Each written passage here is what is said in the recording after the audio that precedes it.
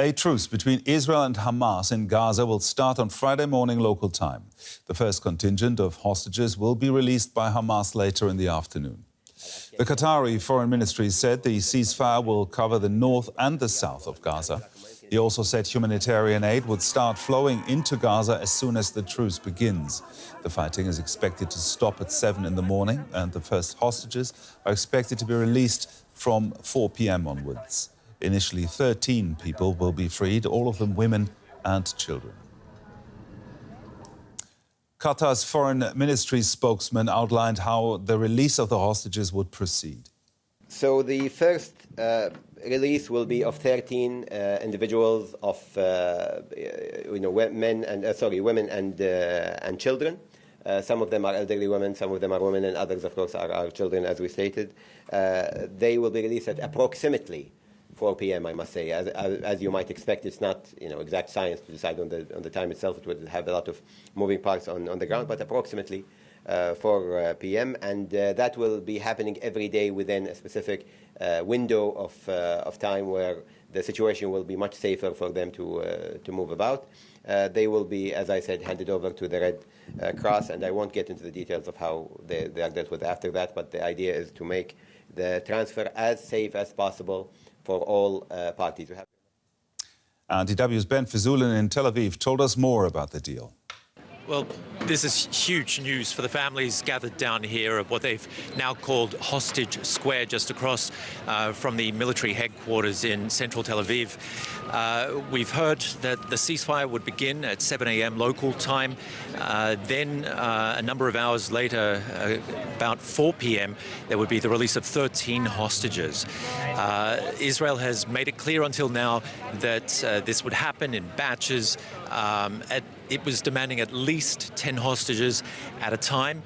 And according to Palestinian sources today as well, if that is adhered to, we could see this extended to more hostages and could see up to anything like 100 hostages released by the end of the month. That's all speculation right now, but we have finally got that concrete time of the ceasefire, which would allow not only the removal of the hostages from Gaza, but also humanitarian aid into Gaza.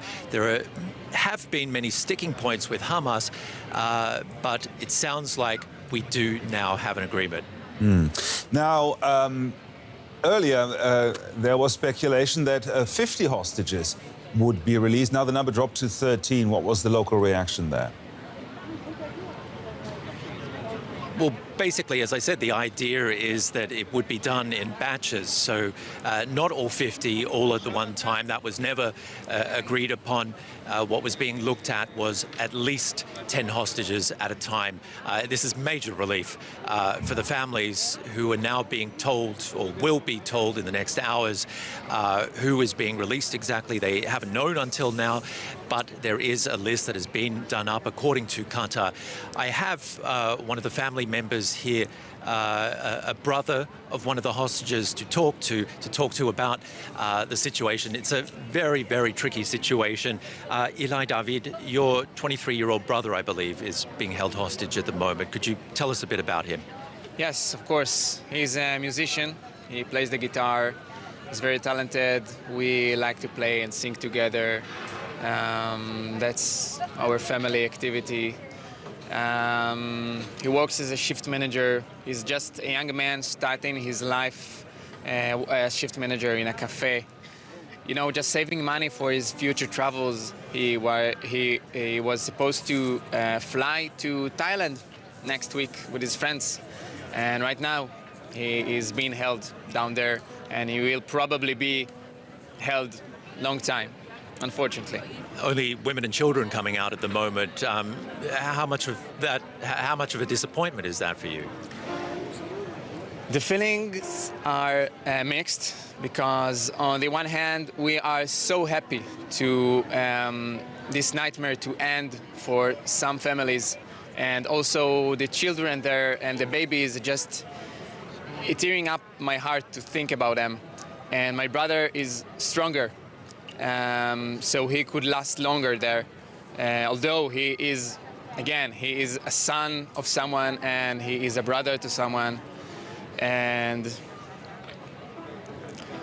On the other hand, I also think that maybe there's hope. We can bargain with the devil, and I'm hoping that it really will work, and we will have a proof that people can be going out from there. One of the sticking points with Hamas has been allowing in the Red Crescent to attend to the rest of the hostages who are staying behind. That must also be causing agony for you. I guess you don't know what sort of condition your brother's in. That's right. I mean, for 48 days, we know nothing about him, really nothing. Hamas wouldn't allow anyone to get near the hostages. And we as families demand that if the Red Cross is getting and being given access to give medical aid inside Gaza Strip, we demand to the hostages that they will be seen by them also, so that there will be no double standard. We'll have to leave it there. Eli, thank you very much, and all the best to you and your brother and your family. Thank you so much. So families keep gathering here. Tomorrow there'll be, I'm sure, an even bigger crowd when we hear about this ceasefire and the results of any handover of hostages. On Saturday, there's also expected to be a huge rally here. Some 50,000 Israelis here coming to demand all hostages be released. DW's Ben Fajzullin there reporting from Tel Aviv. Thank you very much, Ben. Well, Gershon Baskin is a former hostage negotiator. He played a prominent role in the release of Israeli soldier Gilad Shalit in 2011 after 5 years in Hamas captivity. Welcome back to DW, Gershon. The question many are asking today is the delay in the hostage agreement. Is that necessarily a sign of a deeper problem, or are delays to be expected in a situation like this? It could be a sign of a deeper problem. I'm hoping that it's just a matter of working out the final logistics and getting it done. There are so many moving parts here that need to be aligned and agreed upon, particularly when we're dealing with two parties that have zero trust between them and they don't communicate directly. So we're relying on third parties like Qatar and Egypt to deal with all these minutiae details that need to be agreed on so that the whole thing doesn't explode before it even takes place. Let's look into that a bit deeper. As someone who has been involved in such negotiations, help us to better understand the complexity of that situation as both negotiating parties, as you say, Israel and Hamas, do not speak directly to each other. Right. So what's been agreed on, as we understand, is that there will be a truce, a ceasing of fire for a period of 4 days, during which time Israel will also give a window of 6 hours when it won't fly any drones above the Gaza Strip to enable Hamas to mobilize hostages that will be released, probably in batches of 10 to 13 every day for 4 days, with a total number of 50 women and children released. At the same time, Israel has prepared a list of 300 women and teenager prisoners in Israel who would be released on an equivalent of 1 hostage to 3 prisoners be released. The prisoners will only be released after hostages are turned over to the International Red Cross on the Egyptian side of the Gaza-Egypt border. They will verify identity, check medical conditions, and have them sent to Israel, where they'll be sent immediately to hospital. This is very fragile, and it could break down by a single shot of a soldier or a Hamas fighter who returns to his home and sees it no longer there because it was bombed by Israel, or Israelis who try to prevent Gazans from traveling from the south of Gaza back to their homes in the north, or even a crazy scenario that tomorrow Israel discovers the hiding place of the senior Hamas command. And do they take the shot or don't they take the shot? They probably would, which would put an end to this deal. But there might be also additional elements that we don't know about that are more substantial than dealing with logistics that are trying to be resolved as we speak. Gershon, if this first agreement, the terms of which you've just laid out for us, if it's successfully implemented in the coming days, does it get easier from here? Do you expect more hostages to be released more quickly in the future? The hope is that this agreement would carry on before the 4 days. Israel has said that it's willing to extend the truce for another day for each group of 10 hostages that would be released. So it could go into day 5, 6, 7, 8, 9, 10, going on until all the civilian hostages are released. My assessment is that Hamas is primarily interested in keeping the soldiers as hostages and not the civilians. Keeping babies and children and women and elderly people is a burden to them and requires a lot of logistical support on their side. They'd much rather just have the soldiers.